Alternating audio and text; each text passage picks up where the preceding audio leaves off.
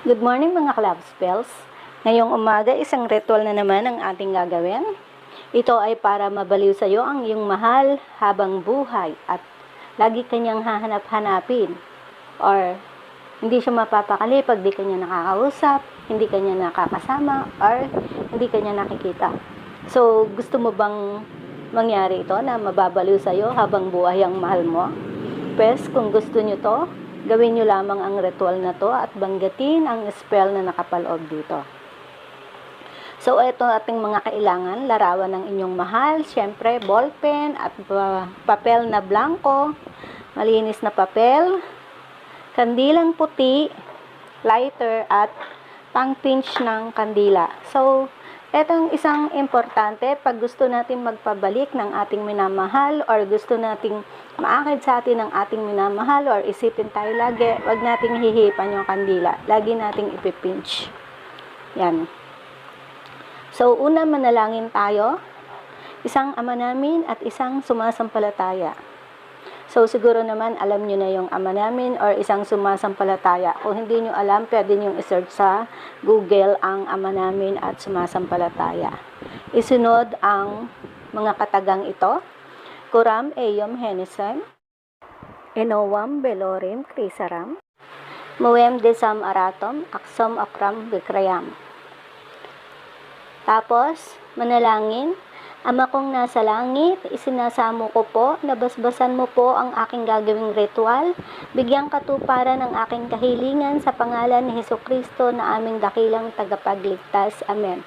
Tapos, kunin ang larawan niya, titigan. So, halimbawa, ito yung larawan niya. So, drawing lang to kasi hindi ako pwede magpakita ng larawan ng tao dito na baka kakilala nyo.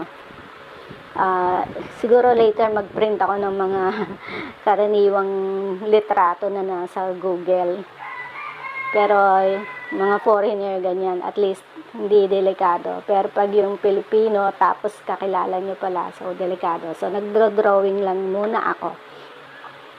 So halimbawa, ito ang larawan niya. Kunin nyo, titigang mabuti, pakaisipin siya, at damhin gaano mo siya kamahal. Tapos, so, titigan nyo ng mga 2 to 3 minutes, ganyan. Pakaisipin nyo siyang mabuti, visualize nyo siya, imagine nyo siya, ganyan. Isipin nyo kung gaano siya kamahal. Talagang ibuhos nyo yung emotions nyo, yung feelings nyo. Yan. Tapos, kunin yung malinis na papel, isulat ang pangalan niya at intention. So, halimbawa, Renz Cruz.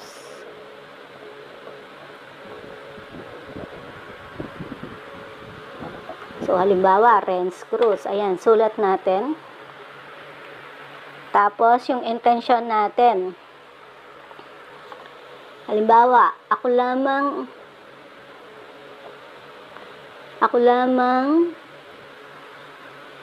ang iyong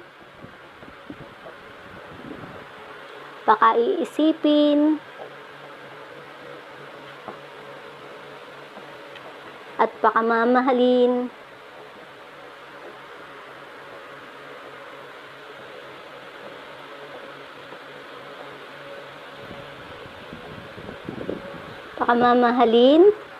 habang buhay.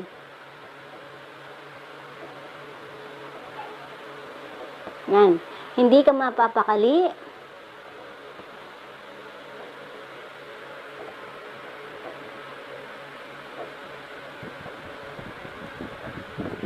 Pag di mo ako nakikita,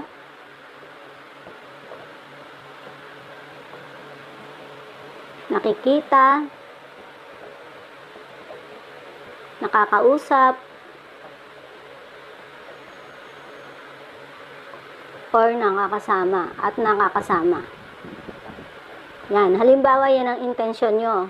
Pwede nyo baguhin ang intensyon nyo, depende sa gusto nyo mangyari. Pero, for this ritual, halimbawa ito ang ating intensyon.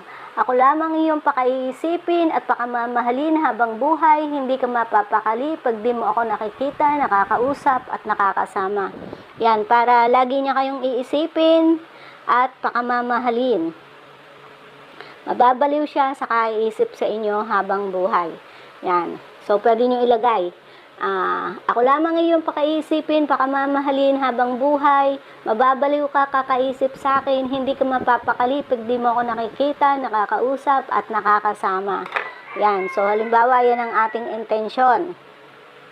Tapos, kunin ang larawan niya. Yan. Yan ang ating intensyon. Tapos, halikan ng papel. So, hahalikan nyo yung papel. Ikulong sa inyong palad at banggitin ng 7 beses. Funtundok, Diana. Funtundok, Diana. Funtundok, Diana. Funtundok, Diana. Funtundok, Diana. Funtundok, Diana. Funtundok, Diana. Tapos, sindihan ng kandila. So, sindihan ng kandila. At patakan ng papel ng 3 patak. Ganon din yung larawan. Patakan din natin ng 3 patak. So, sindihan ko yung kandila.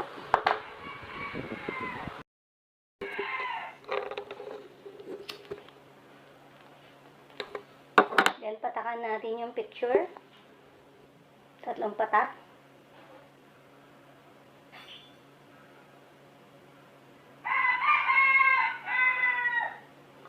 1, 2, 3. Yan. Ito naman yung sunulat natin. Yung kahilingan. 1, 2, 3. Ganon din yung kanyang pangalan. Patakan din natin ng 3 patak. 1, 2, 3. Tapos patayin na natin itong candle. Yan.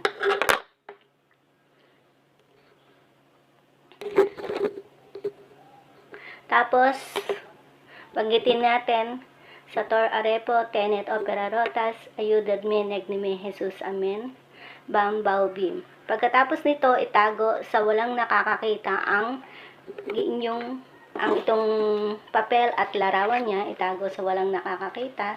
Pwede nyong itupin ng 3 beses na magkasama. Yan. Itago sa walang nakakakita. Pwede nyo itago sa wallet nyo or sa sa likod ng cellphone. Yan. Or sa unan. Basta sa walang makakakita. Dapat walang ibang gagamit ng unan nyo. Yan. Tapos, dapat pag gumagawa kayo ng ritual, pwede nyo itago ito sa walang makakakita or pwede nyo ding ibaon sa lupa. Wala dapat makakakita or nakakaalam na gumagawa kayo ng ritual para wag itong mawalan ng bisa.